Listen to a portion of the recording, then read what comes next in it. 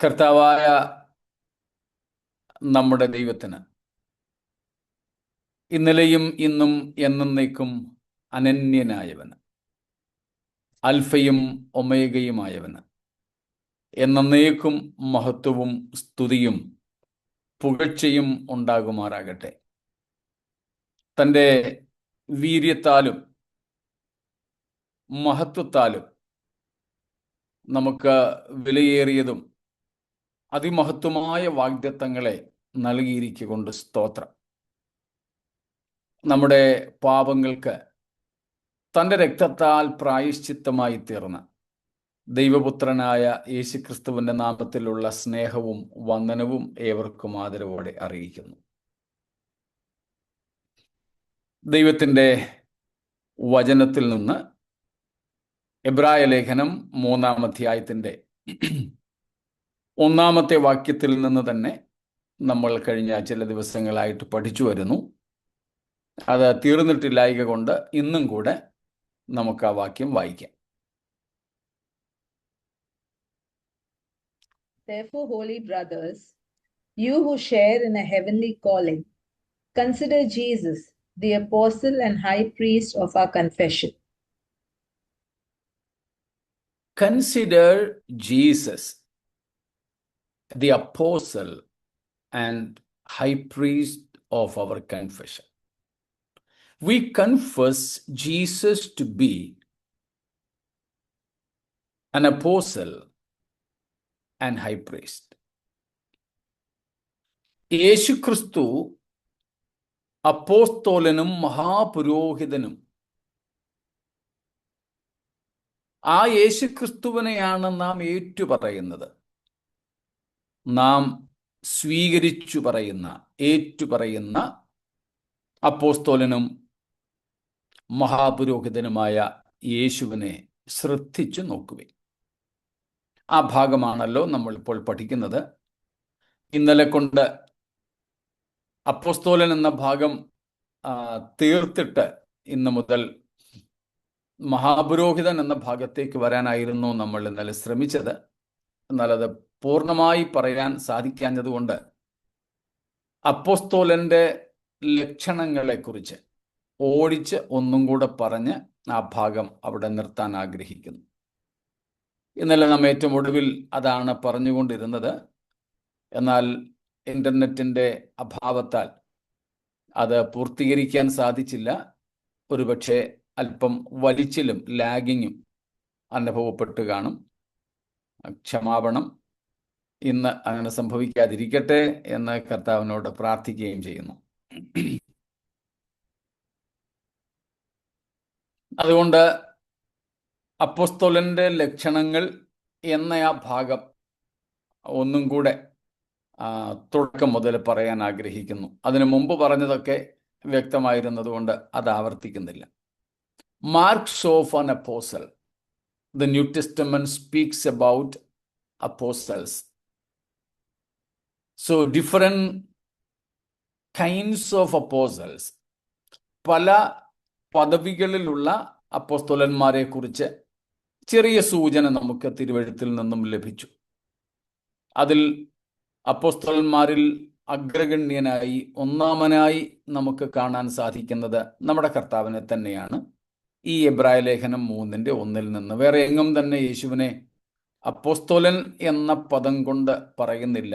എന്നാൽ ദൈവം അയച്ചിട്ട് ക്രിസ്തു വന്നു എന്ന ധാരാളം സൂചനകൾ നമുക്കുണ്ട്. ചിലത് നാം കാണുകയും ചെയ്തിരുന്നു, ഉദാഹരണത്തിനായി അല്ലെങ്കിൽ തെളിവിനായി. അതുകൊണ്ട്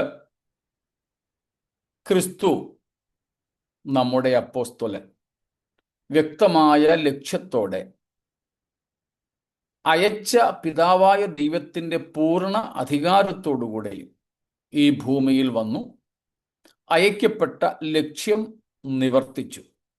അയക്കപ്പെട്ട ലക്ഷ്യത്തെക്കുറിച്ചൊക്കെ നമ്മൾ നേരത്തെ എബ്രായ ലേഖനത്തിൻ്റെ തന്നെ 2-ാം അധ്യായം അതിൻ്റെ 9 മുതൽക്കുള്ള വാക്യങ്ങളിൽ നിന്നും പഠിച്ചതാണ്. ആ ലക്ഷ്യമെല്ലാം യേശുക്രിസ്തു നിവർത്തിച്ചു. മറ്റൊരു ലക്ഷ്യവും കൂടെ നമ്മുടെ മുൻപിൽ വെച്ചിട്ടുള്ളത് യേശുവിനെ പോലെ നാം ആയിത്തീരുക എന്നുള്ളതാണ്. അതുകൊണ്ട് യേശുവിനെ കാണുമ്പോഴൊക്കെ ശ്രദ്ധിച്ചു നോക്കേണ്ടത് നാം യേശുവിനെ പോലെ ആകേണ്ടതിന് വേണ്ടിയാണ്. സ്തോത്രം. ഏതെല്ലാം മേഖലകളിൽ നമുക്ക് യേശുവിനെ പോലെ ആകേണം എന്ന് അറിയാൻ, യേശുവിനെ പോലെ ആകാൻ ഇനി ഞാൻ എങ്ങനെയൊക്കെ ആകണമെന്ന് തിരിച്ചറിയാനുമായിട്ടാണ് നാം കർത്താവിനെ അപ്പോസ്തലൻ എന്ന നിലയിൽ സൂക്ഷിച്ച് നോക്കേണ്ടത്. ആ ഭാഗങ്ങളൊക്കെ നമ്മൾ വിശദമായി നോക്കിയതുകൊണ്ട് ആ ഭാഗം അവിടെ നിർത്തിയിട്ട് അതിൻ്റെ അവസാന ഭാഗത്തേക്ക് മാത്രം വരുന്നു. Marks of an apostle. അതിൽ യേശുക്രിസ്തു നേരിട്ട് തിരഞ്ഞെടുത്താക്കി വെച്ച 12, ദ 12, അവർ അതിശ്രേഷ്ഠതയുള്ള അപ്പോസ്തലന്മാരെന്ന് 1-ാം നൂറ്റാണ്ടിലെ ദൈവസഭ പരിഗണിച്ചിരുന്നതായിട്ട് നമുക്ക് ചെറിയ സൂചന ലഭിച്ചു പൗലോസിന്റെ വാക്കുകളിൽ നിന്ന് തന്നെ. ആ കൂട്ടത്തിൽ പൗലോസ് തന്നെയും എണ്ണുന്നുണ്ട്, അതിശ്രേഷ്ഠതയുള്ള അപ്പോസ്തലന്മാരിൽ ഞാൻ ഒട്ടും കുറഞ്ഞവൻ അല്ല. അതിനുള്ള കാരണങ്ങളും നമ്മൾ കണ്ടു. ആ 12 പേരൊഴികെ വേറെയും അപ്പോസ്തലന്മാരുണ്ടായിരുന്നു ആദ്യകാല സഭയിൽ തന്നെ എന്ന് നമ്മൾ മനസ്സിലാക്കിയിട്ടുണ്ട്. അതിൻ്റെ എണ്ണവും അവരുടെ പേരും റെഫറൻസുകളും ഒക്കെ നമ്മൾ കണ്ടു. ഇനി അവിടെങ്ങും അങ്ങനെ പറയാത്തതായിട്ടുള്ള അപ്പോസ്തലന്മാരും അപ്പോസ്തലന്മാരായി പരിഗണിക്കപ്പെടാവുന്നവരും 1-ാം നൂറ്റാണ്ടിലെ ദൈവസഭയിൽ ഉണ്ടായിരുന്നു എന്ന് നമുക്ക് മനസ്സിലാക്കാം. നമ്മൾ ആദ്യ ദിവസം പഠിച്ചതുപോലെ അപ്പോസ്തോലിക കാലം നിന്നുപോയി എന്ന് പഠിപ്പിക്കുന്ന ചിലരുണ്ട്. ആ വാദത്തോട് എനിക്ക് വ്യക്തിപരമായിട്ട് യോജിപ്പില്ല. കാരണം എഫേസ്യർ 4:11 മുതൽക്ക് പറയുന്ന കാര്യങ്ങൾ 5 വിധത്തിലെ 5-fold മിനിസ്ട്രി എന്നാണല്ലോ പൊതുവെ ആ ഭാഗം അറിയപ്പെടുന്നത്. 5 വിധ ശുശ്രൂഷകൾ. ആ ശുശ്രൂഷകൾ നിലനിൽക്കുന്നിടത്തോളം കാലം അപ്പോസ്തോലിക ശുശ്രൂഷയും ഉണ്ട് എന്ന് തന്നെയാണ് സത്യം. കൂടാതെ ദൈവസഭ ഭൂമിയിൽ ഉള്ള കാലത്തോളം ആ 5 ശുശ്രൂഷകളും ശുശ്രൂഷകരും സഭയ്ക്ക് ആവശ്യമുണ്ട്. എന്നാൽ യേശുക്രിസ്തുവിങ്കിൽ നിന്ന് നേരിട്ട് നിയോഗം പ്രാപിച്ച, കർത്താവ് നേരിട്ട് വിളിച്ചാക്കിയ 12 പേരെ പോലെ അല്ല എന്ന് മാത്രം. അതുകൊണ്ടാണ് നമ്മൾ ആ ഒരു കാറ്റഗറൈസേഷൻ, ആ ഒരു എന്താണ് പറയുന്നത്, വിഭാഗം അല്ലെങ്കിൽ പല തരത്തിലുള്ള പല നിലവാരങ്ങളിലുള്ള അപ്പോസ്തലന്മാരുണ്ട് എന്ന് പഠിക്കുന്നത്, മനസ്സിലാക്കുന്നത്. അപ്പോസ്തലന്മാരുടെ ലക്ഷണങ്ങളായി നാം ഏറ്റവും ആദ്യം ഇന്നലെ കണ്ടത് യേശുക്രിസ്തുവിൻ്റെ ഉയർത്തെഴുന്നേൽപ്പിന് സാക്ഷികളായിരിക്കണമെന്നതാണ്. അത് നമ്മൾ അപ്പോസ്തല പ്രവർത്തികൾ 1-ാമത്തെ അധ്യായത്തിൽ നിന്ന് തന്നെ കാണുകയുണ്ടായി.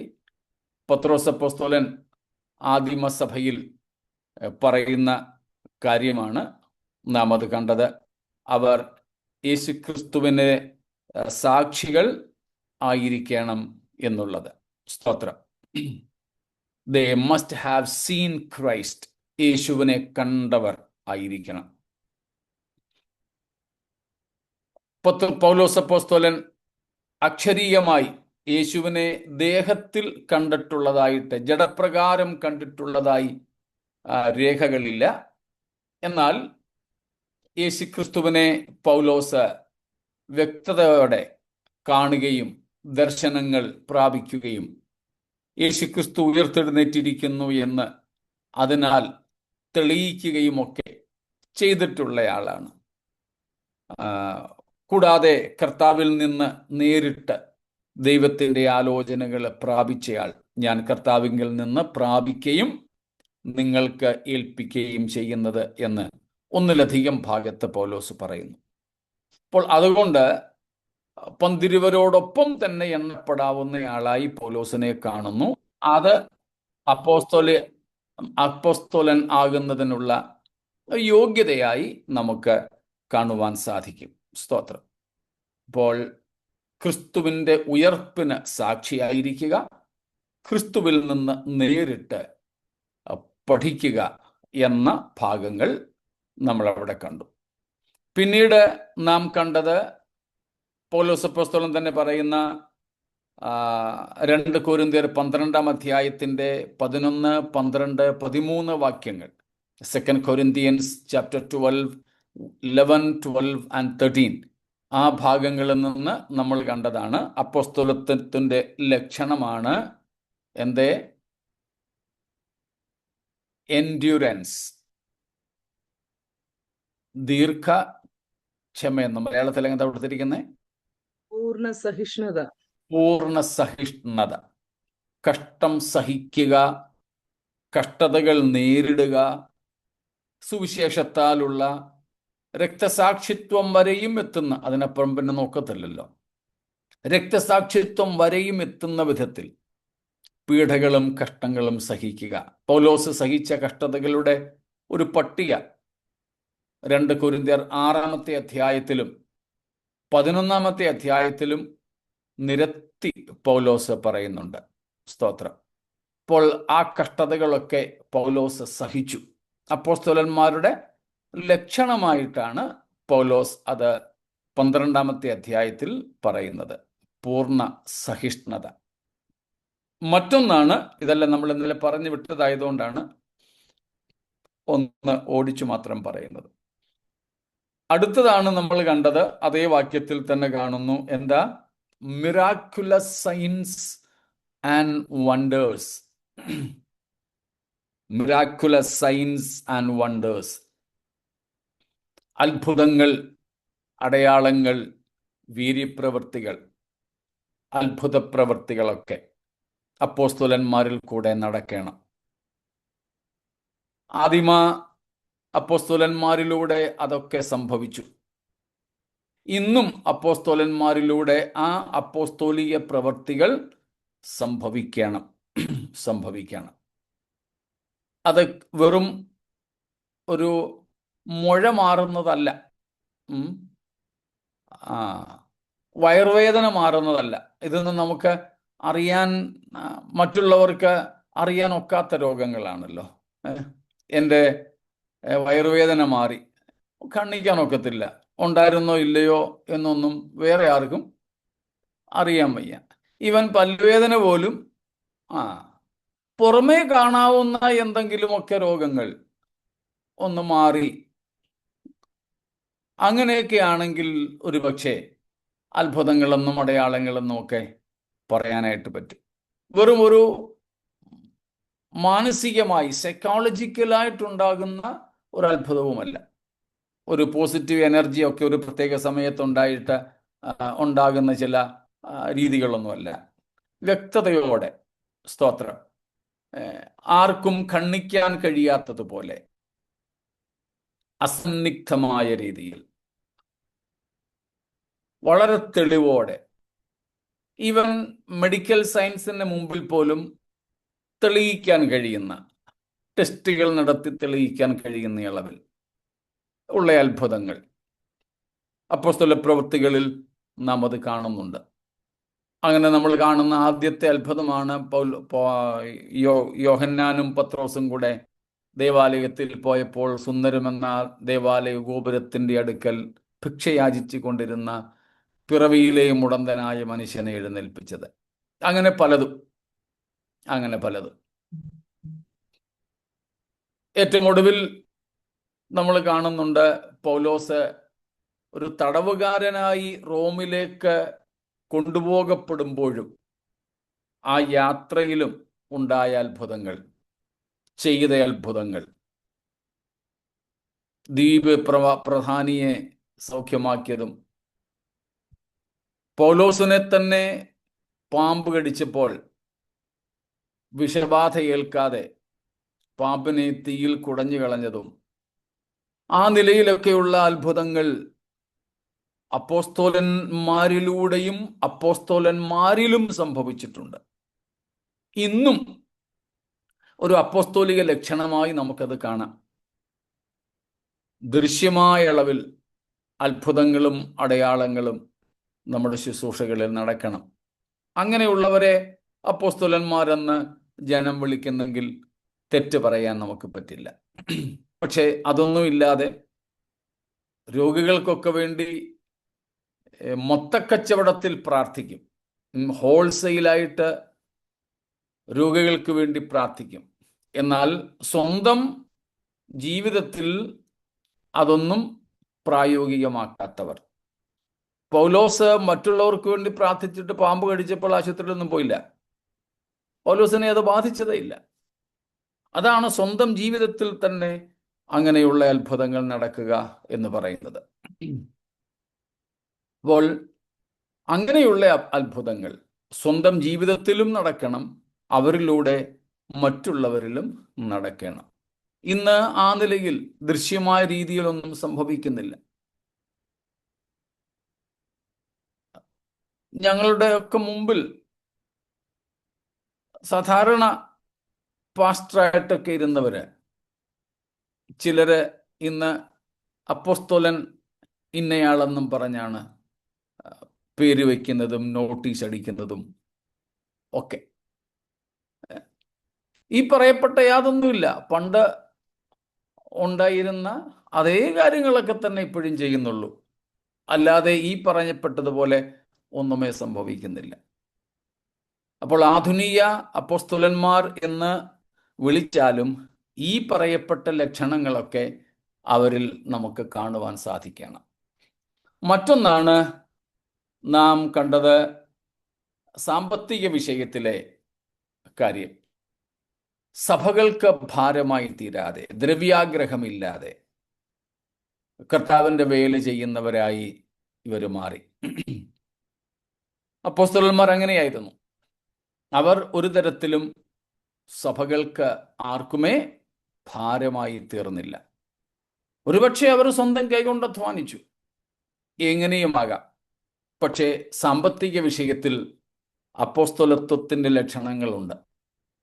ഇന്നത്തെ അപ്പോസ്തലത്വത്തിൻ്റെ ലക്ഷണം സാമ്പത്തിക വിഷയത്തിൽ എന്ന് പറഞ്ഞാൽ കൂടുതൽ പണക്കാരാവുക എന്നതാണ്. പെട്ടെന്ന് പണക്കാരാവുക, കൂടുതൽ സ്വത്ത് സമ്പാദിക്കുക, ആഡംബര വാഹനങ്ങളിൽ യാത്ര ചെയ്യുക. ഈ കഴിഞ്ഞിടയ്ക്ക് ഞാൻ കാണാൻ ഇടയായ ഒരു ചെറിയ വീഡിയോ ക്ലിപ്പുണ്ട്. പേര് ഞാൻ പറയുന്നില്ല. ഒരു സുവിശേഷകൻ, ഒരു ചർച്ച് പ്ലാന്റർ മരിച്ചു. ആന്ധ്രയിൽ കർത്താവിൻ്റെ വേല ചെയ്തുകൊണ്ടിരുന്ന ഒരു കർത്താവിൻ്റെ ദാസൻ, എനിക്ക് ആളിനെ അറിയില്ല, മരിച്ചു.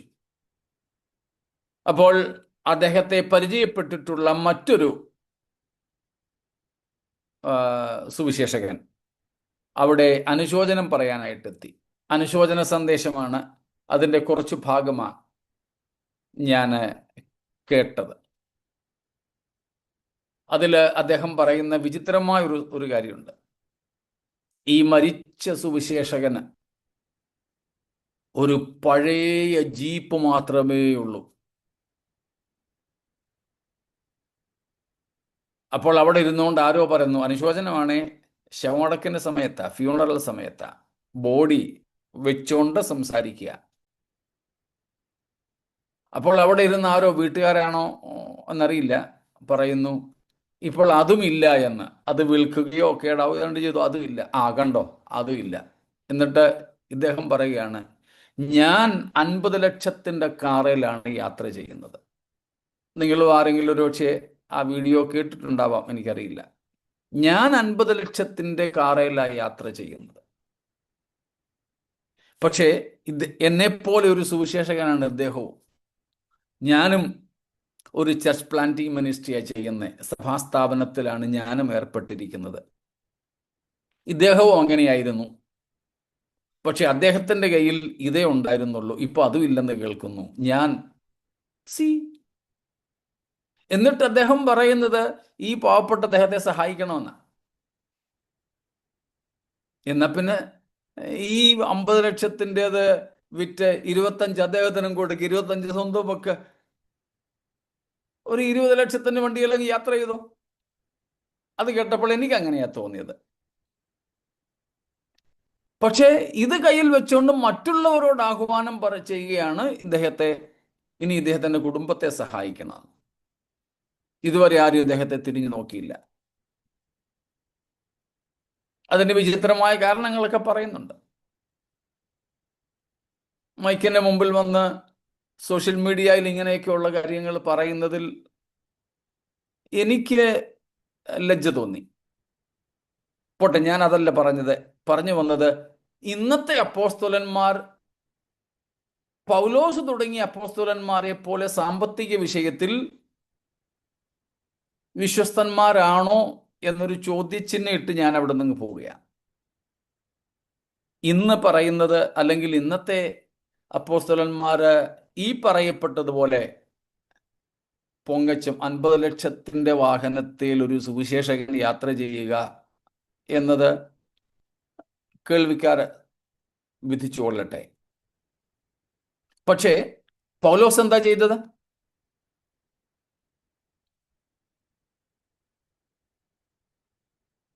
ഉണ്ടായിരുന്നത് സുവിശേഷത്തിന് വേണ്ടി നഷ്ടപ്പെടുത്തുക ചെയ്തത്. നമ്മുടെ ഇടയിലായിരുന്നു തോന്നുന്നല്ലോ. അല്ല, നമ്മുടെ ഇടയിലല്ല, മറ്റൊരു ഇവിടെ ക്ലാസിന്റെ സമയത്തായിരുന്നു എനിക്ക് തോന്നുന്നു, കഴിഞ്ഞ മാസം.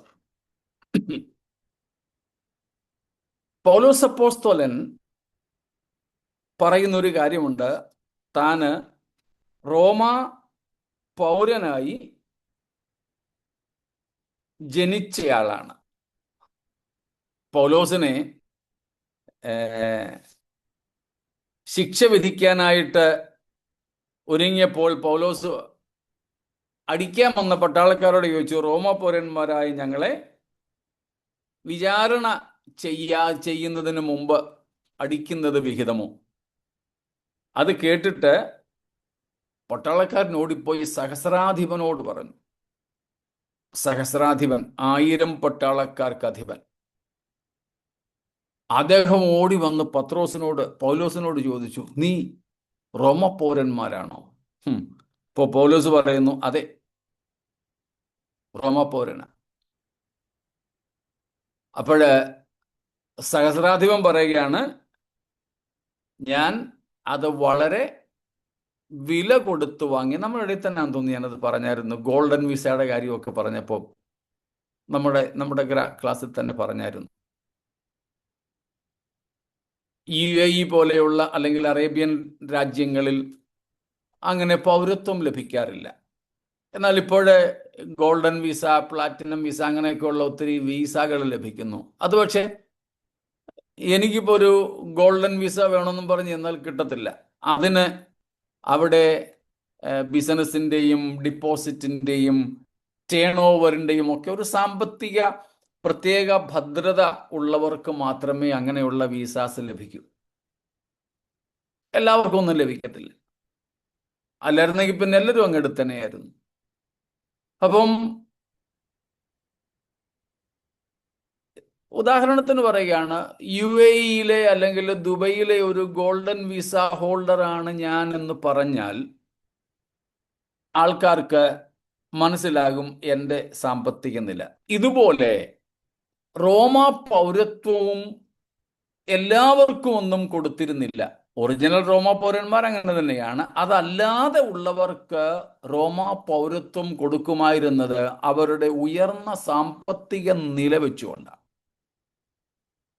അപ്പോൾ ഈ സഹസ്രാധിപൻ പറയുകയാണ്, ഞാൻ വളരെ വില കൊടുത്ത് വാങ്ങിയതാണ് ഈ റോമൻ പൗരത്വം. അപ്പൊ പൗലോസ് എന്താ പറഞ്ഞേ? ഞാൻ അങ്ങനെ ജനിച്ചിരിക്കുന്നു. ഞാൻ അങ്ങനെ ജനിച്ചിരിക്കുന്നു എന്ന് വെച്ചാൽ അർത്ഥം, എൻ്റെ പിതാക്കന്മാർ റോമ പൗരന്മാരായിരുന്നു. പിതാക്കന്മാർ യഹൂദന്മാരായ ഇവർക്ക് റോമ പൗരത്വം ലഭിച്ചെങ്കിൽ തലമുറകൾ പിന്നിലേക്ക് ഇവർ ഈ പറയപ്പെട്ടതുപോലെ സാമ്പത്തിക ഭദ്രതയുള്ളവരായിരുന്നു.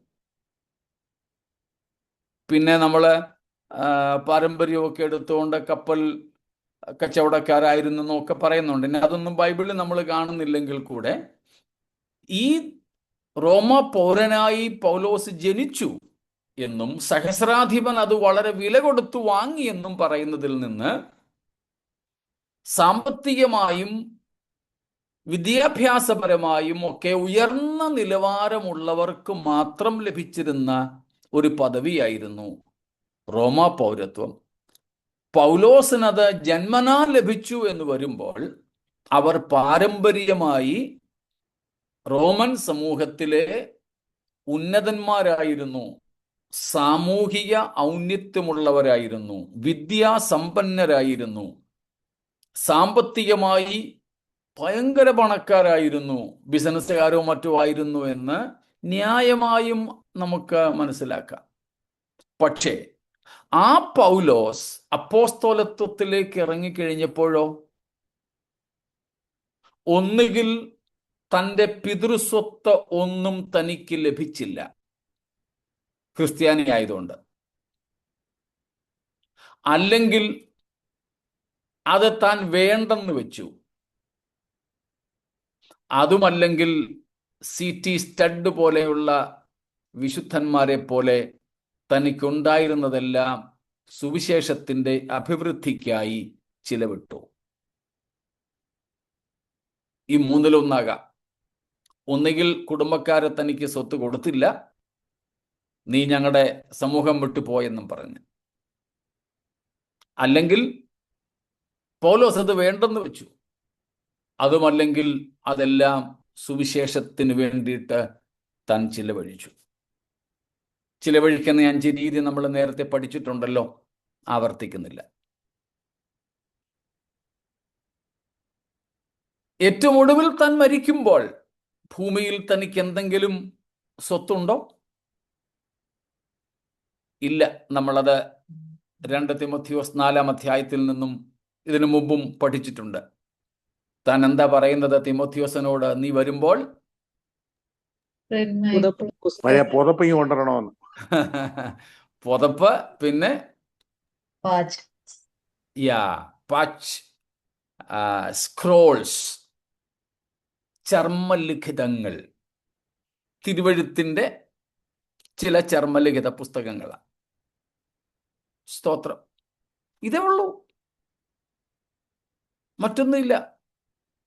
കാരാഗ്രഹത്തിൽ പൗലോസ് റോമിൽ കിടക്കുന്ന സമയത്ത് ഫിലിപ്പിയ സഭക്കാരാണ് അദ്ദേഹത്തിന് ഒരു സ്തോത്ര കാഴ്ച കൊടുത്തയച്ചത്. അപ്പോൾ മറ്റുള്ളവരുടെ സഹായത്താൽ കഴിയേണ്ട ഒരവസ്ഥയിലേക്ക് പൗലോസ് എത്തി. ഏതാണ്ട് 30 വർഷത്തെ ശുശ്രൂഷയിൽ. ഇന്ന് ഞങ്ങളോടൊക്കെ പലരും ചോദിക്കുന്ന ചോദ്യ, എത്ര വർഷമായി ഈ ശുശ്രൂഷയിൽ? ഇത്ര വർഷമായി. ഇപ്പൊ എന്നോട് ചോദിക്കുന്ന, ബോംബെയിൽ എത്ര വർഷമായി? ഇത്ര വർഷമായി. ഇപ്പം ഫ്ലാറ്റൊക്കെ സ്വന്തമായിരിക്കുമല്ലോ.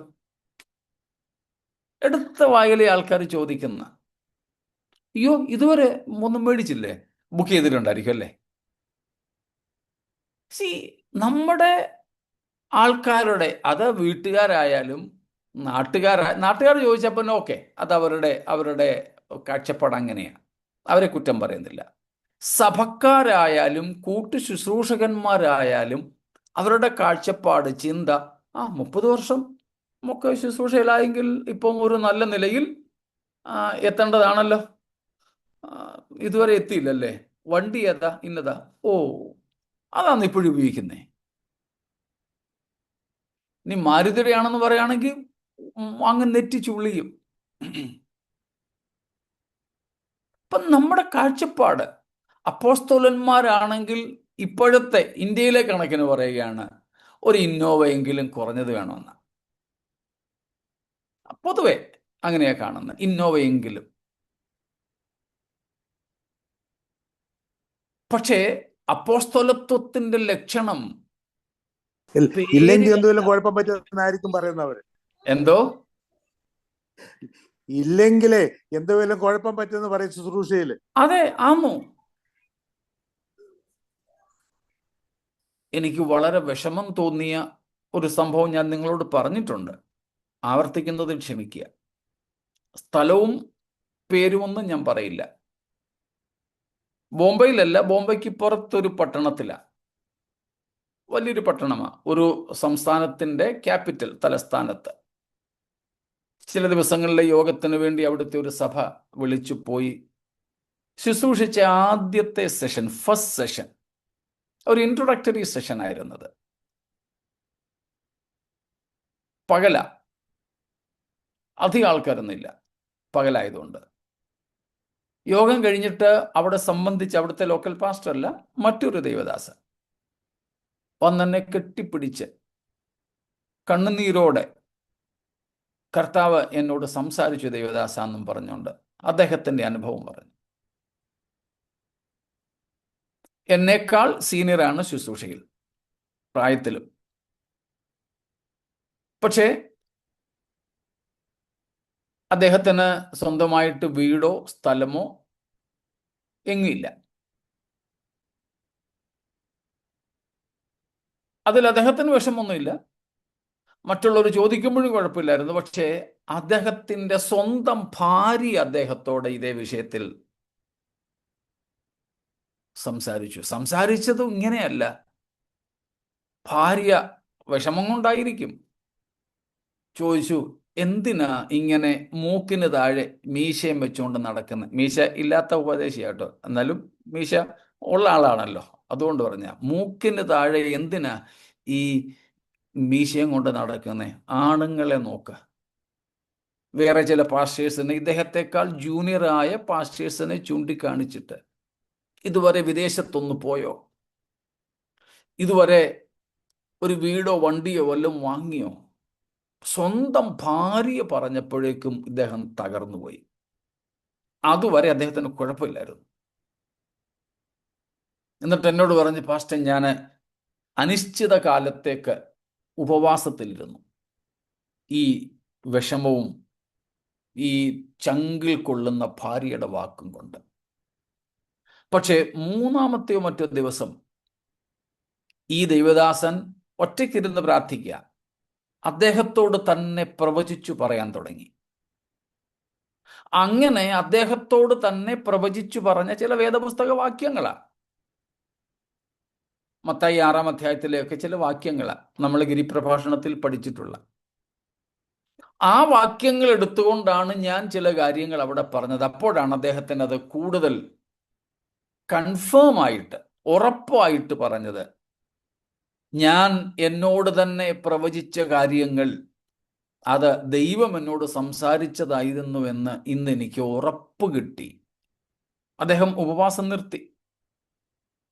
ഉപവാസമൊക്കെ കഴിഞ്ഞിട്ടാണ് ഞങ്ങൾ തമ്മിൽ ഇങ്ങനെ കാണുന്നത്.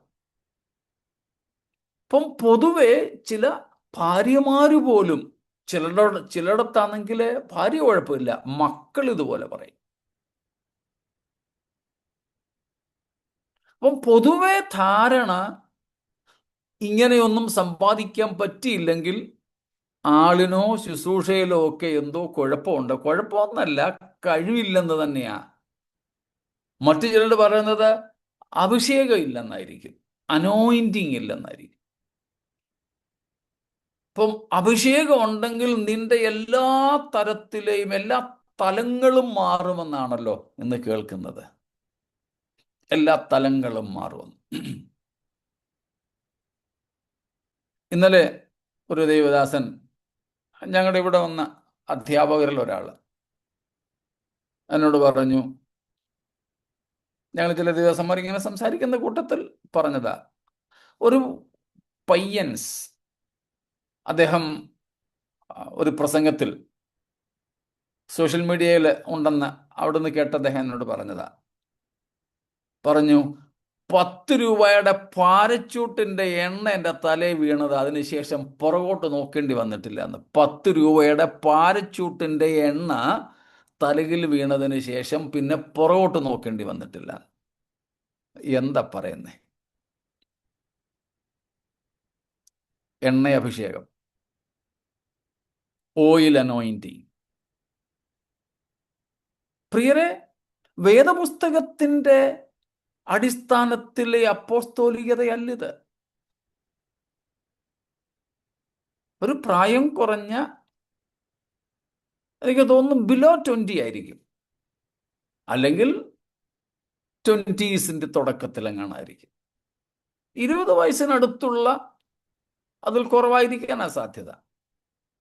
ഒരു ചെറുപ്പക്കാരൻ പരസ്യമായിട്ട് പറഞ്ഞതാ, 10 രൂപയുടെ പാരച്യൂട്ടിന്റെ വെളിച്ചെണ്ണ തലയിൽ വീണതാ, ലെവല് മാറ്റി. ഇതല്ല വേദപുസ്തക അപ്പോസ്തോലത്വം. സാമ്പത്തിക നിലയിലെ കാര്യമാണ് നമ്മൾ പറഞ്ഞു വന്നത്. അങ്ങനെ പോയാൽ അങ്ങ് പോകുമല്ലോ. അടുത്തത് 6-ാമത്തെയാണെന്ന് തോന്നുന്നല്ലേ? ഇത്രയും വരെ നമ്മൾ ഇന്നലെ പറഞ്ഞായിരുന്നെന്ന് തോന്നുന്നു. 6-ാമത്തേത് ഫ്രൂട്ട്ഫുൾ ഇൻ മിനിസ്ട്രി, അല്ലെങ്കിൽ ഫ്രൂട്ട്ഫുൾ മിനിസ്ട്രി, ഫലകരമായ ശുശ്രൂഷ അപ്പോസ്തലത്വത്തിന്റെ അടുത്ത ലക്ഷണമാണ്. ശുശ്രൂഷയിലെ ഫലം, ശുശ്രൂഷയിലെ ഫലം. ആ ശുശ്രൂഷയിലെ ഫലമെന്ന് പറഞ്ഞാൽ കേവലം നമ്മളിപ്പോൾ പറഞ്ഞതുപോലെയുള്ള ഫലങ്ങളല്ല. ആ ശുശ്രൂഷയിലെ ഫലമെന്ന് പലരും ഉദ്ദേശിക്കുന്നത് ഇതാ: ലെവല് മാറുക, സ്ഥിതി മാറുക. സൈക്കിളിൽ നടക്കുന്നയാള് മറ്റ് വണ്ടികൾ വാങ്ങുക, ഗ്രാമപ്രദേശങ്ങളിൽ നിന്ന് സിറ്റികളിലേക്ക് മാറുക, ഇന്ത്യയിൽ നിന്ന് പുറം രാജ്യങ്ങളിലേക്ക് പോവുക. ഇങ്ങനെയൊക്കെയുള്ളതാണ് ഫ്രൂട്ട്ഫുൾ മിനിസ്ട്രി എന്ന് പലരും കരുതുന്നത്. അല്ല, പകരം റീച്ചിങ് ദി അൺറീച്ച്ഡ്. സ്തോത്രം. ഇതുവരെ സുവിശേഷം എത്തിയിട്ടില്ലാത്ത ഇടത്തേക്ക് സുവിശേഷവുമായി കടന്നു പോവുക. മിഷൻ ആൻഡ് ഇവാഞ്ചലിസം, സുവിശേഷീകരണം നടത്തുക, സുവിശേഷം പ്രസംഗിക്കുക. ലീഡർഷിപ്പ് ട്രെയിനിങ് ഒന്നും കൊടുക്കുന്നവരെ കുറിച്ചല്ല അപ്പോസ്തലന്മാര് ഇവിടെ പറയുന്നത്. preaching the pure gospel, establishing churches, founding churches, സഭാസ്ഥാപനം നടത്തുക. സഭാസ്ഥാപനം എന്ന് പറഞ്ഞാൽ സഭകൾ ഇല്ലാത്ത ഇടത്ത് സഭകൾ സ്ഥാപിക്കുക. അല്ലാതെ സ്ഥാപനം എന്ന് പറഞ്ഞാൽ അങ്ങനെയുള്ള ഓർഗനൈസേഷൻ ഒന്നുമല്ല കേട്ടോ. Establishing churches where there are no churches. സ്തോത്രം. equipping saints for a next generation ministry. Equipping saints or equipping the young generation for ministry in the coming generations if the Lord tarries. കർത്താവിന്റെ വരവ് താമസിച്ചാൽ അടുത്ത തലമുറയിൽ ശുശ്രൂഷിക്കുന്നതിന് ഒരു തലമുറയെ വാർത്തെടുക്കുക, ശിഷ്യവൃന്ദങ്ങളെ വാർത്തെടുക്കുക. Discipleship. സ്തോത്രം. ഇന്ന് ഡിസൈപ്പിൾഷിപ്പിന് പകരം ഫാൻ സമൂഹത്തെയാണ്, ആരാധക സമൂഹത്തെയാണ് വാർത്തെടുക്കുന്നത്. ഫോളോവേഴ്സ്. എവിടെ ഫോളോവേഴ്സാ? സോഷ്യൽ മീഡിയയിലെ. സോഷ്യൽ മീഡിയയിലെ ഫോളോവേഴ്സിനെയാണ് ഇന്ന് ആരാധക വൃന്ദം. Christ asked us to go and make disciples for Christ. യേശു കർത്താവ് നമ്മോട് പറഞ്ഞത് ഭൂലോകത്തിലൊക്കെ പോയി യേശു ക്രിസ്തുവിന് ശിഷ്യന്മാരെ ഉണ്ടാക്കാനാ. പക്ഷേ ഒരു ദേവദാസൻ എഴുതിയത് ഞാൻ ഡിസൈപ്പിൾഷിപ്പിന്റെ ഒരു പുസ്തകത്തിൽ വായിച്ചു. But today we go out and make fans for us. Christ asked and sent us to make disciples for Christ, but now we go out and make fans for ourselves. കർത്താവ് പറഞ്ഞത് പോയി യേശുവിന് വേണ്ടി ശിഷ്യരെ വാർത്തെടുക്കാനാ. പക്ഷെ ഇന്ന് നമ്മൾ പോയി നമുക്ക് വേണ്ടി ആരാധക വൃന്ദത്തെ, സോഷ്യൽ മീഡിയ ഭാഷയിൽ പറഞ്ഞാൽ ഫോളോവേഴ്സിനെ വാർത്തെടുക്കുന്നു. അപ്പോസ്തലത്വത്തിന്റെ ലക്ഷണമാണിത്. സുവിശേഷം എത്തിയിട്ടില്ലാത്ത സ്ഥലങ്ങളിലേക്ക് സുവിശേഷവുമായി പോവുക.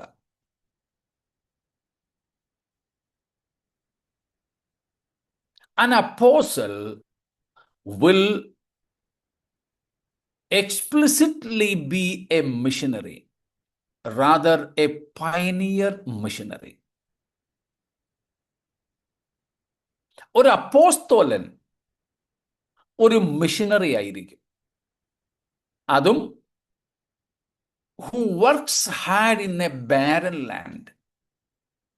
സുവിശേഷത്തിന് ഇതുവരെ വിത്തുകളില്ലാത്ത ഒരു ഊഷരഭൂമിയിൽ മനഃപൂർവം അങ്ങനെയുള്ള സ്ഥലങ്ങളെ കണ്ടെത്തി നേരിട്ട് പോയി സുവിശേഷം അറിയിക്കുന്ന ശുശ്രൂഷയായിരിക്കും അപ്പോസ്തലന്മാർ ചെയ്യുക.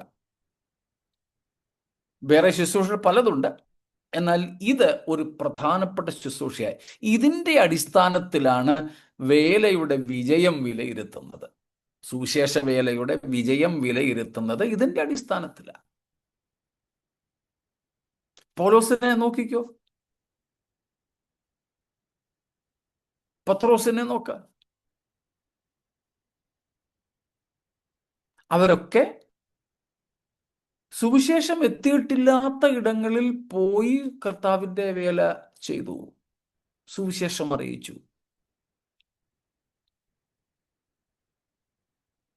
സ്തോത്രം.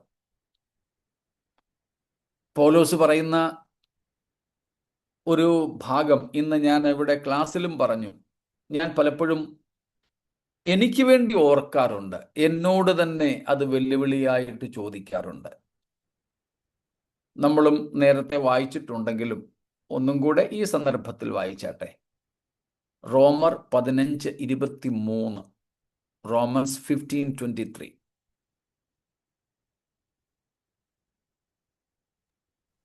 But now, since I no longer have any room for work in these regions, and since I have longed for many years to come to you, I hope to see. Enough. അതിൻ്റെ ആദ്യ ഭാഗം മതി നമുക്ക്. Paul is now willing to visit Rome.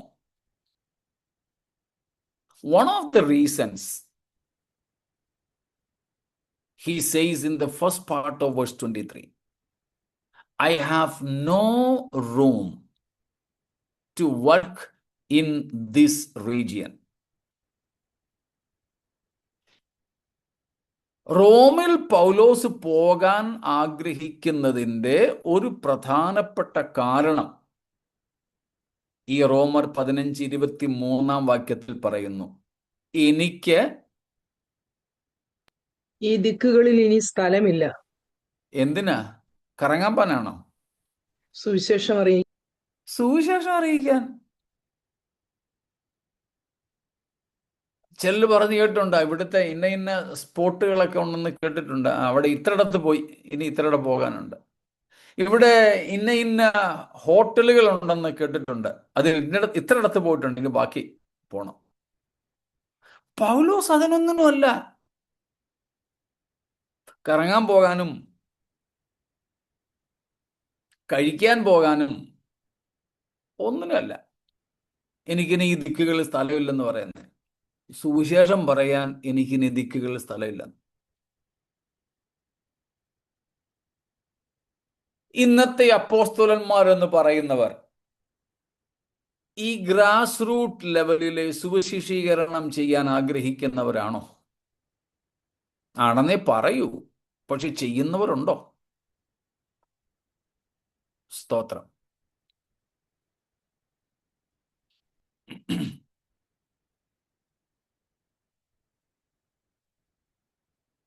അത് record ചെയ്ത് ഫേസ്ബുക്കിലും യൂട്യൂബിലും ഇടാനല്ല,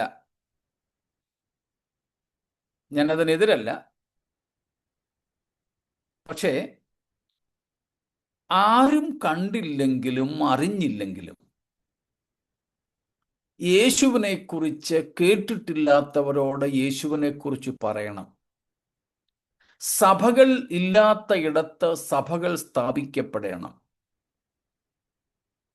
സ്ഥാപിക്കപ്പെട്ട സഭകളെ യേശു ക്രിസ്തുവിൽ വളർത്തിക്കൊണ്ടുവരണം, ക്രിസ്തുവിൽ തികഞ്ഞവരാക്കണം. ഈ രക്ഷിക്കപ്പെട്ട വിശ്വാസികളിൽ നിന്ന് ചിലരെ വരും തലമുറയിലേക്ക് സുവിശേഷകരായി, അപ്പോസ്തലരായി, സഭകൾക്ക് ശുശ്രൂഷകരായി നിയമിക്കുവാൻ അവരുടെ വിളി മനസ്സിലാക്കി അവരെ ഒരുക്കിയെടുക്കണം. സ്വന്തം കീശയിൽ നിന്ന് കാശിറക്കി ഇവിടങ്ങളിലൊക്കെ സുവിശേഷത്തിൻ്റെ അഭിവൃദ്ധി വരുത്തണം. അത് സഭാ ഹോള് പണിയാണെങ്കിൽ അങ്ങനെ, അല്ല സുവിശേഷകന്മാരെ നിയമിച്ച് അവർക്ക് ചെലവിന് കൊടുക്കുകയാണെങ്കിൽ അങ്ങനെ, അല്ല ഇവിടങ്ങളിലേക്ക് യാത്ര ചെയ്യുന്നതിനുള്ള യാത്രാബത്ത ടിയെ സ്വന്തം ചെലവിൽ വഹിക്കാനാണെങ്കിൽ അങ്ങനെ. ഇതെല്ലാം കൂടെ ചേർത്താണ് അപ്പോസ്തലത്വത്തിൽ നമ്മൾ പറഞ്ഞത് ഫ്രൂട്ട്ഫുൾനെസ് ഇൻ മിനിസ്ട്രി, ശുശ്രൂഷയിലെ ഫലവത്തത. ഇത് അപ്പോസ്തലത്വത്തിന്റെ ഒരു പ്രധാന ലക്ഷണമാണ്. ഇന്ന് അപ്പോസ്തലന്മാരെന്ന് പറയുന്ന എത്ര പേർ ഇതുപോലെ സുവിശേഷം അറിയിക്കുവാൻ സന്നദ്ധരാണ്? പൗലോസ് ഇതേ സംബന്ധിച്ച് പറയുന്ന 3 പ്രസ്താവനകൾ ഇതിനു മുമ്പ് ഏതോ ഒരു സമയത്ത് നമ്മൾ നമ്മുടെ ഇടയിൽ പറഞ്ഞതാ, ഓർമ്മ കാണുമായിരിക്കും. ഓർമ്മയുണ്ടോ ആർക്കെങ്കിലും? അധികം നാളായില്ല.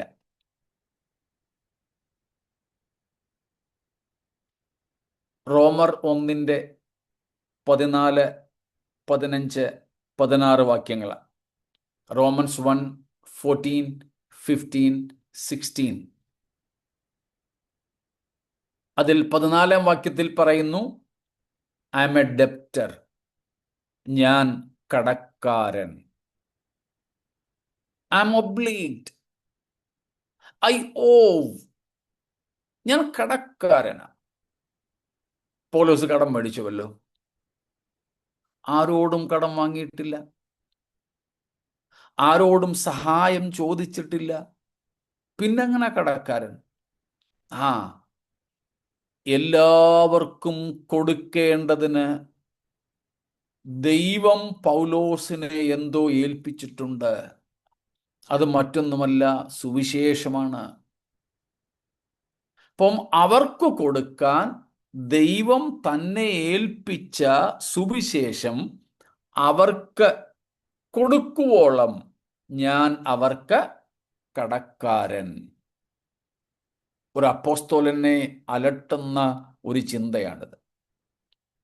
I M a debtor, not because I borrowed something from someone, but somebody entrusted me something to give it to someone else.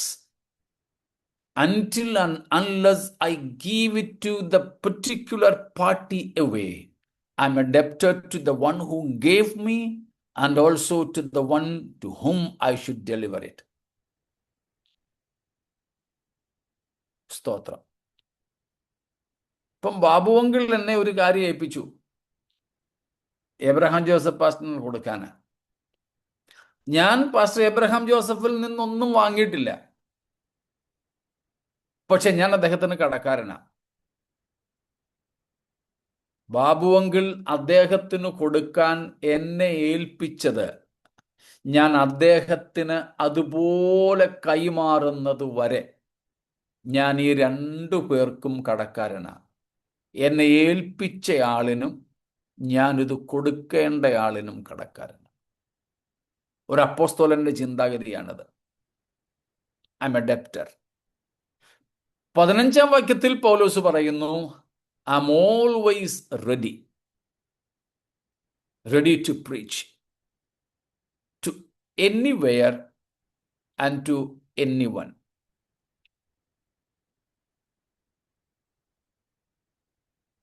Praise God. കെസ്വിക് കൺവെൻഷനിലെ ഒരു പ്രധാന തീമായിട്ട് ഞാൻ ഞങ്ങളുടെ അവിടെ പറഞ്ഞത് കേട്ടവരിവിടെ ഉണ്ടെങ്കിലും ഒരു triple A, anywhere, any time, always, ആരോടും എവിടെയും എപ്പോഴും, എനിവെയർ,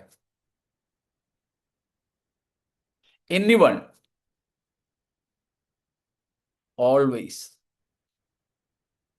സുവിശേഷം അറിയിക്കാൻ തയ്യാറാണ്. ഒരു അപ്പോസ്തലന്റെ ചിന്താഗതിയാണത്.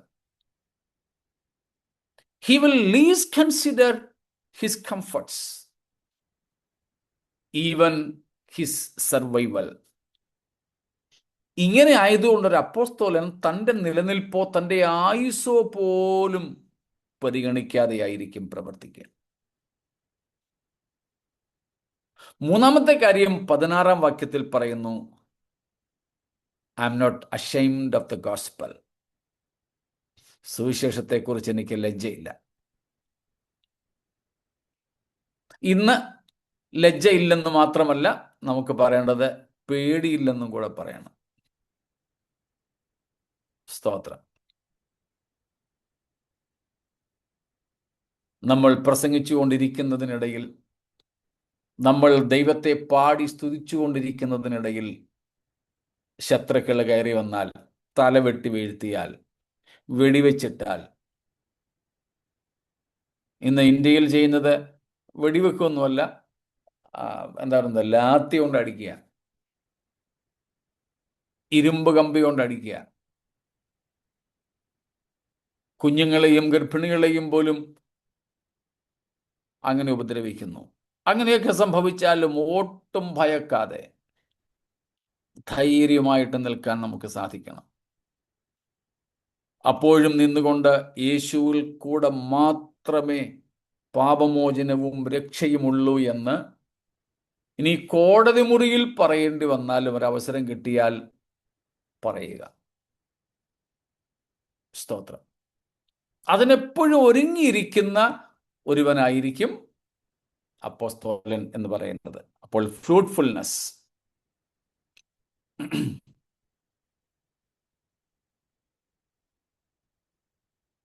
ഏഴാമത്തേത്, authority over churches to discipline and manifest judgments. Authority over churches to discipline them and manifest apostolic authority through judgments where it is needed. അപ്പോസ്തലത്വത്തിന്റെ അടുത്ത ഒരു ലക്ഷണമാണ് സഭകളെ അച്ചടക്കത്തിലൂടെ നടത്തുന്നതിന് ഉള്ള അധികാരം ഉപയോഗിക്കുക. സഭകളിലുള്ള തെറ്റുകളെ ശാസിക്കാൻ, അതിനെ തിരുത്താൻ ഉള്ള ഒരു അധികാരം, ദൈവിക അധികാരമുള്ളവരായിരിക്കും അപ്പോസ്തലന്മാർ. സ്തോത്രം. അപ്പോസ്തല പ്രവർത്തികൾ 5-ാം അധ്യായം 3 തൊട്ട് 9 വരെയുള്ള വാക്യങ്ങൾ നമുക്കറിയാം. ആക്ട്സ് 5:3-9 അനന്യാസ് സഫീറമാരെ പത്രോസ് കൈകാര്യം ചെയ്ത വിധം. അതുപോലെ 8:20 നമുക്ക് കാണാം. 8:20 കാശും കൊണ്ട് പരിശുദ്ധാത്മാവിനെ വാങ്ങാൻ വന്ന പുള്ളിയോട് പത്രോസ് ഇടപെട്ടത്. 8:20. Also 13:6 following. 13-ാം അധ്യായത്തിന്റെ 6 മുതൽക്കുള്ള വാക്യങ്ങളിലും 1 തിമോത്തിയോസ് 1:20, 1 Timothy 1:20 ഇവിടങ്ങളിലൊക്കെ നമുക്ക് കാണുവാൻ സാധിക്കും how the apostles made use of their apostolic authority to discipline churches and to execute judgments. ഓരോ സഭകളിലെ വിഷയങ്ങളിൽ ഇടപെട്ടുകൊണ്ട് സഭയെ ശരിയാവണ്ണം നയിക്കുന്നതിൽ അപ്പോസ്തലന്മാർ അവരുടെ അധികാരം ഉപയോഗിച്ചതായി നമുക്ക് ഇവിടെയൊക്കെ നിന്ന് കാണുവാൻ സാധിക്കുന്നു. ഇന്നത്തെ അപ്പോസ്തലന്മാരും ഈ നിലകളിൽ അപ്പോസ്തലന്മാരാണെങ്കിൽ ദൈവിക അധികാരം പ്രാപിച്ചവരായിരിക്കണം. ദൈവിക അധികാരം ഉണ്ടെങ്കിൽ ആ ദൈവിക അധികാരത്തിന്റെ മുമ്പിൽ ആൾക്കാർ കീഴ്പ്പെടും.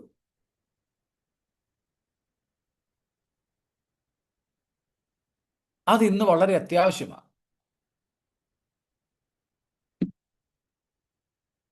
കുറച്ച് വർഷങ്ങൾക്ക് മുമ്പ് ഒരു പ്രായമുള്ള IPCയിലെ ഒരു നേതൃനിരയിൽ നിൽക്കുന്ന ദേവദാസൻ എന്നോട് പറഞ്ഞ ഒരു കാര്യം ഞാൻ ഇടയ്ക്കിടയ്ക്ക് ഓർക്കാറുണ്ട്. ദൈവത്താലാണ് ഒരാൾ ഒരു സ്ഥാനത്ത് എത്തുന്നതെങ്കിൽ ആ ആളിന് രാഷ്ട്രീയമൊന്നും കളിച്ച് ആ സ്ഥാനം നിലനിർത്തേണ്ടതായിട്ട് വരില്ല. If a person is very much sure that the Lord has put him there, he will also be sure about the security. Nobody can remove him from that divinely appointed place and time.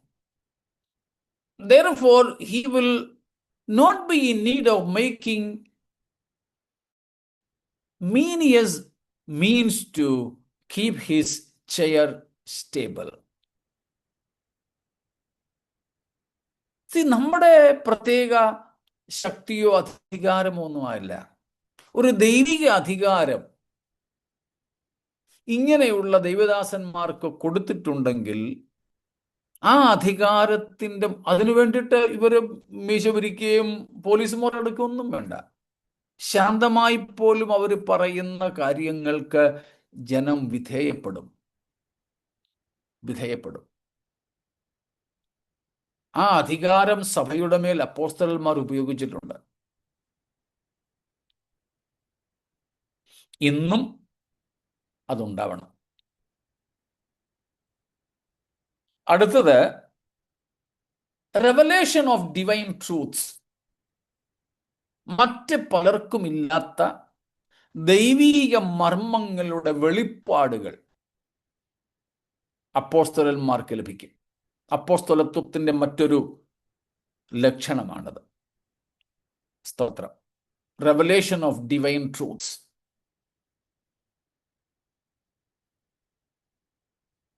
അപ്പോസ്തലപ്രവൃത്തി 2-ാമത്തെ അധ്യായത്തിൽ പത്രോസിന്റെ പ്രസംഗം കേട്ടാൽ നമുക്കിത് മനസ്സിലാവും. ഞാൻ നിങ്ങളോട് നേരത്തെയും പറഞ്ഞിട്ടുണ്ട്, പൗലോസ് ജ്ഞാനിയായിരുന്നു, വിദ്യാസമ്പന്നനായിരുന്നു. പക്ഷേ പത്രോസിന്റെ വാക്കുകളും ലേഖനങ്ങളുമാണ് എന്നെ കൂടുതൽ സ്വാധീനിച്ചിട്ടുള്ളത്.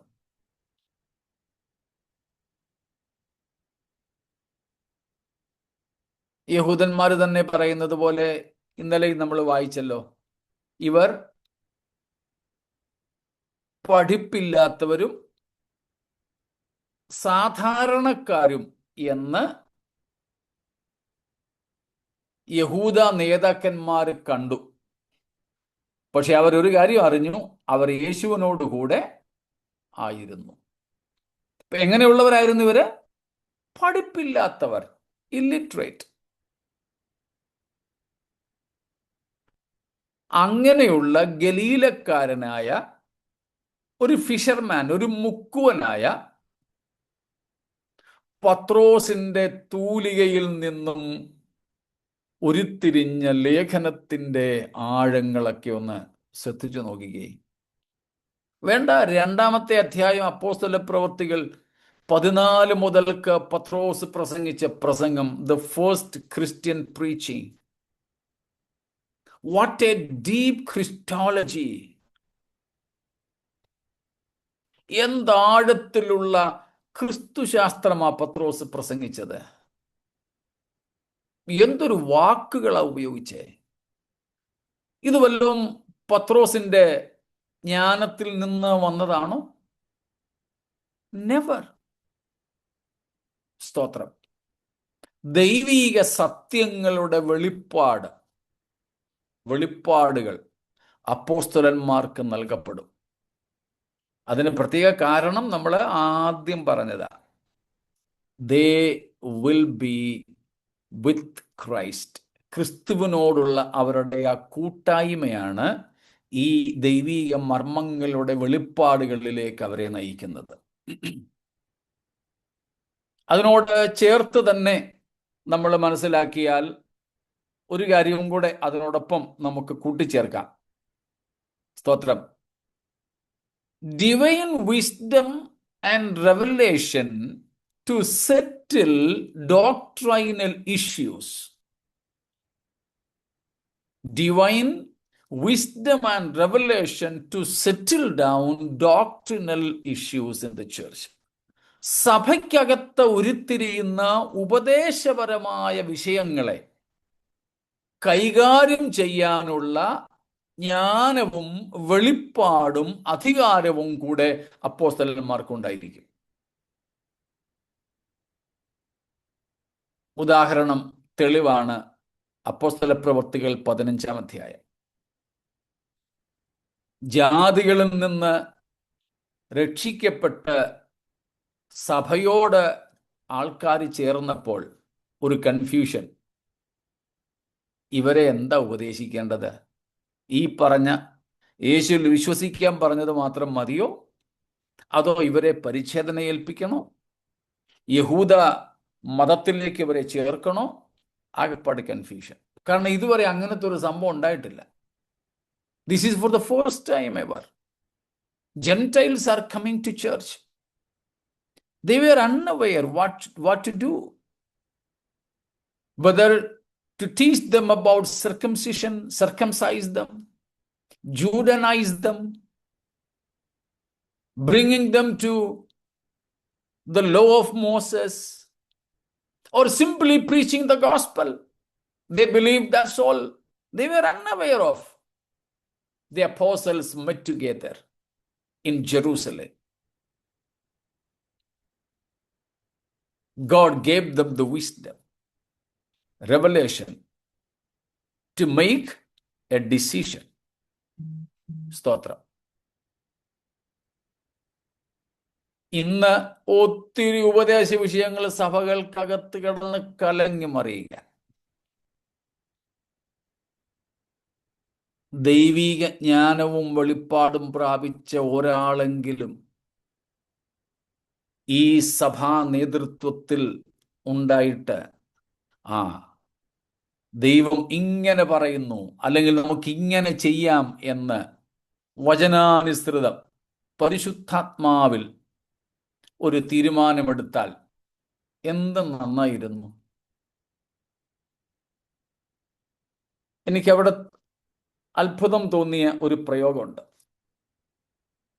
സ്തോത്രം.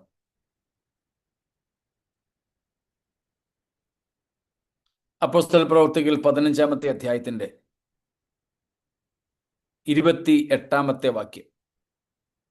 15:28. For it has seemed good to the Holy Spirit and to us to lay on you no Enough. It seemed good or right to the Holy Spirit and to us. ഞങ്ങൾക്കും പരിശുദ്ധാത്മാവിനും തോന്നിയിരിക്കുന്നു. എത്ര ആധികാരികതയോടെയാണ് അവർ പറയുന്നത്. എനിക്കിങ്ങനെ തോന്നുന്നല്ല, പരിശുദ്ധാത്മാവിനും ഞങ്ങൾക്കും ഒരേ അഭിപ്രായം. Alignment with the Holy spirit.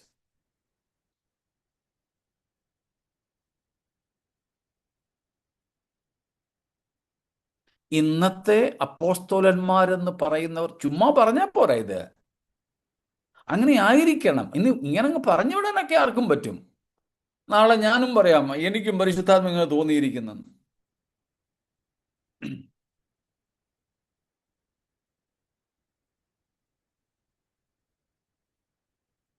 ചിലയിടത്തൊക്കെ ചില വേണ്ടാതനം എന്താണെന്ന് ഞാൻ പറയുന്നില്ല, പരസ്യമായിട്ട് പറയാൻ ബുദ്ധിമുട്ടുള്ള കാര്യങ്ങളൊക്കെയാണ്.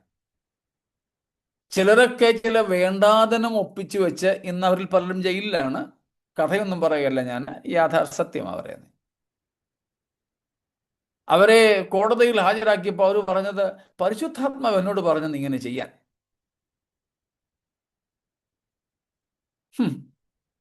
പരിശുദ്ധാത്മാവ് പറഞ്ഞെന്ന്.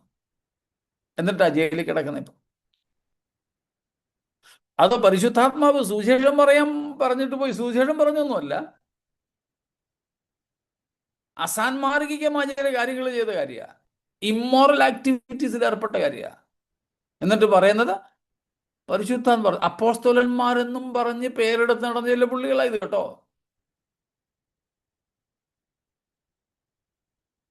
ആത്മാവ് പറയുന്നെന്നും പറഞ്ഞ് ചിലരെ വശത്താക്കുന്നവരും ഈ കൂട്ടത്തിൽ ഇല്ലാതില്ല.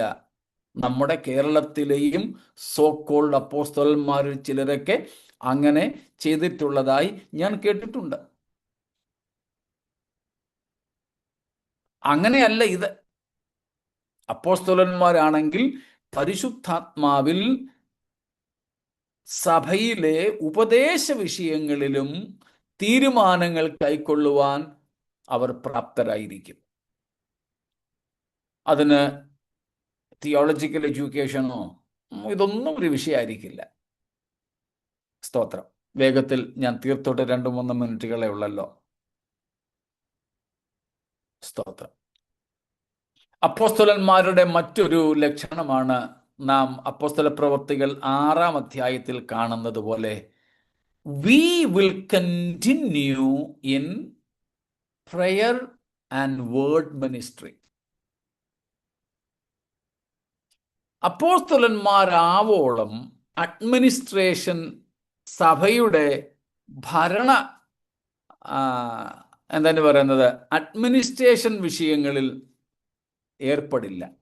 They will devote themselves in prayer and word. സ്തോത്രം. അതിന്റെ 4-ാമത്തെ വാക്യമാണ് 6:4 അപ്പോസ്തല പ്രവൃത്തികൾ.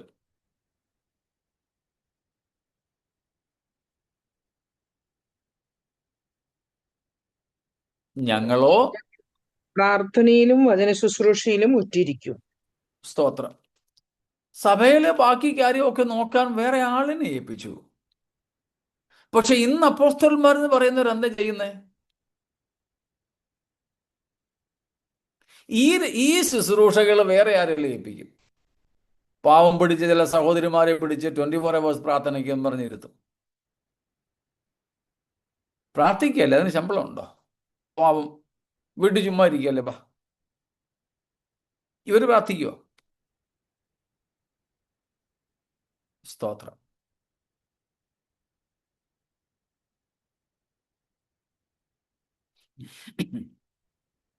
ഇപ്പൊ എത്ര കാര്യങ്ങളായി? 10. യാ 10. 10. ഇപ്പൊ ഇതെല്ലാം തന്നെ അപ്പോസ്തലന്മാരുടെ ലക്ഷണങ്ങൾ. ആദ്യം പറഞ്ഞൊന്നുകൂടെ പറഞ്ഞ് ഞാൻ അവസാനിപ്പിക്കാം. They will be easily recognizable that they are with Christ. അവരുടെ സ്വഭാവവും അവരുടെ രീതികളും ഒക്കെ കൊണ്ട് സകലർക്കും നന്നായി മനസ്സിലാകും ഇവർ ആരുടെ കൂടെ ഉള്ളവരാണെന്ന്. യേശുവിനോടൊപ്പം. സ്തോത്രം. ഈ നിലകളിലൊക്കെ ഉള്ളവരാണ് അപ്പോസ്തലന്മാർ. യേശു കർത്താവ് നേരിട്ട് നിയമിച്ച 12 അപ്പോസ്തലന്മാരെ പോലെയുള്ളവർ ഇന്ന് ഇല്ല. കാരണം ആ 12 പേരെ മാത്രമേ കർത്താവ് അങ്ങനെ നേരിട്ട് നിയമിച്ചിരുന്നുള്ളൂ. എന്നാൽ അവരിൽ നിന്ന് സുവിശേഷം കേട്ട് വിശ്വസിച്ച് വന്ന ബാക്കി നമ്മൾ 10-13 പേരോളം 13-14 പേരോളം അപ്പോസ്തലന്മാരെ കുറിച്ച് വേറെ കണ്ടു. അങ്ങനെയുള്ളവർ ഇന്നും ആകാം. പക്ഷെ ലക്ഷണങ്ങൾ അതിൻ്റെ വേദപുസ്തക പരിമിതികളിൽ തന്നെ നിന്നുകൊണ്ടേ ആകാവൂ. വെറുതെ ഒരു ന്യൂജൻ പാസ്റ്റർ ആണെന്നും പറഞ്ഞ് അപ്പോസ്തലൻ എന്ന് പേരെടുത്താൽ തെറ്റാണത്. തങ്ങളുടെ അപ്പോസ്തലത്വം തെളിയിക്കപ്പെടട്ടെ, എന്നിട്ട് ജനം അത് അംഗീകരിച്ച് അപ്പോസ്തലൻ എന്ന നിലയിൽ അവരെ മാനിക്കട്ടെ. സ്തോത്രം. ഞാൻ അപ്പോസ്തലൻ എന്ന് സ്വയം പേരെടുക്കാതെ, ഞാൻ പ്രവാചകൻ എന്ന് സ്വയം പേരെടുക്കാതെ, ഞാൻ പാസ്റ്റർ എന്ന് സ്വയം പേരെടുക്കാതെ,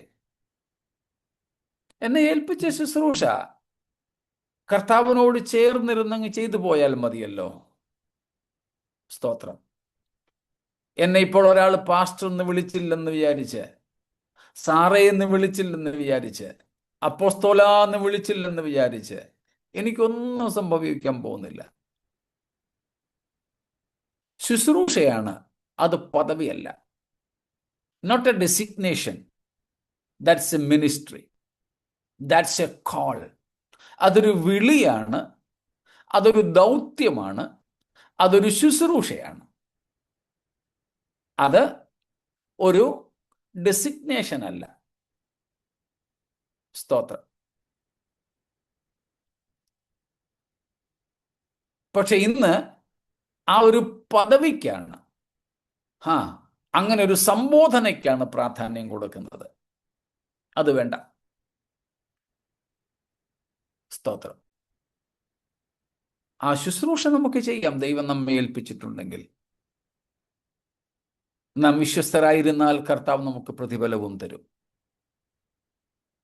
അതുമാത്രം ലക്ഷ്യമാക്കി ഞാനോ കുറയണം, ക്രിസ്തു നമ്മിൽ വളരണം എന്നുള്ള ആ യോഹന്നാന്റെ സ്നാപകന്റെ ഭാവത്തോടുകൂടെ നമുക്കും മുന്നേറാം. അപ്പോസ്തലന്മാരൊക്കെ ചെയ്തതുപോലെ, വിശേഷിച്ച് പൗലോസ് നമുക്ക് മാതൃക കാട്ടിയതുപോലെ, യഹൂദന്മാർക്ക് ഇടർച്ചയും യവനന്മാർക്ക് ഭോഷത്വവുമായ യേശുക്രിസ്തുവിനെ നമുക്ക് രക്ഷയ്ക്കായി ദൈവശക്തിയും ദൈവജ്ഞാനവുമായവനെ തന്നെ നമുക്ക് ലോകത്തിൽ അവതരിപ്പിക്കാം. Let us reach the unreached with the gospel of Christ. സുവിശേഷത്താൽ നമുക്ക് ജനങ്ങളെ സന്ധിക്കാം. Let's church the unchurched. സഭകളിൽ ഇല്ലാത്തവരെ സഭയിലേക്ക് നമുക്ക് നയിക്കാം. Let's take the church out to the people. സഭയെ നമുക്ക് സഭയില്ലാത്തിടത്തേക്ക് കൊണ്ടുപോകാം. Our Lord is coming. മാരാനാഥ. നമ്മെ ഏൽപ്പിച്ച ശുശ്രൂഷയിൽ മുന്നേറാം. ഈ വചനങ്ങളാൽ ദൈവം നമ്മെ അനുഗ്രഹിക്കുമാറാകട്ടെ.